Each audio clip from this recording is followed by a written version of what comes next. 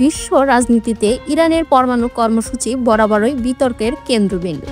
যুক্তরাষ্ট্র ও ইসরায়েলের মতো পশ্চিমা শক্তিগুলো বছরের পর বছর দাবি করে আসছে ইরান গোপনে পারমাণবিক অস্ত্র তৈরি করতে চায়।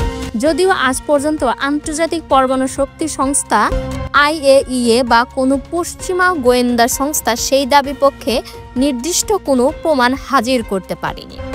অন্যদিকে ইরান সবসময় বলে এসেছে যে তাদের পারমাণবিক কর্মসূচি সম্পূর্ণ শান্তিপূর্ণ ও বেসামরিক উদ্দেশ্যে পরিচালিত। তাহলে প্রশ্ন ওঠে, সত্যিই যদি ইরান পারমাণবিক অস্ত্র তৈরি করতে চাইতো তাহলে গত 2 দশকে তা করে ফেলেনি কেন? এ প্রশ্নের উত্তর খুঁজতে হলে ইরানের ধর্মীয় নীতি, কৌশলগত দৃষ্টিভঙ্গি এবং আন্তর্জাতিক রাজনীতির বাস্তবতা বুঝে নিতে হবে। 3টি প্রধান কারণে ইরান পারমাণবিক অস্ত্র বানাবে না বলেই ধারণা করা যায়। প্রথম কারণ ধর্মীয় বাধা। ইরানের সর্বোচ্চ নেতা আয়াতুল্লাহ আল খামেনি প্রকাশ্যে পারমাণবিক অস্ত্রকে হারাম বা ইসলাম বিরোধী ঘোষণা করেছেন। তার মতে এই ধ্বংসাত্মক অস্ত্র ইসলামী মূল্যবোধের পরিপন্থী।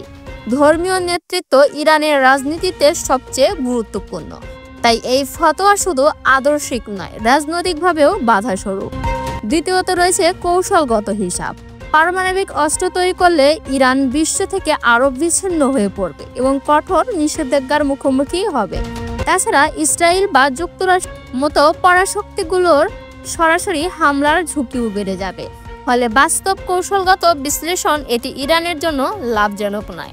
তৃতীয়ত রাজনৈতিক বাস্তবতা ও আন্তর্জাতিক দ্বিধাচারিতা। পশ্চিমারা প্রায়ই পারমাণবিক অস্ত্রের প্রশ্নে দ্বৈত নীতি অনুসরণ করে।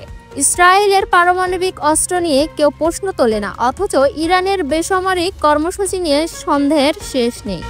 এই পরিস্থিতিতে ইরান কৌশলে উচ্চমাত্রায় ইউরেনিয়াম সমৃদ্ধ করে আন্তর্জাতিক চাপ সামলাচ্ছে, কিন্তু তা অস্ত্র তৈরির উদ্দেশ্যে নয়।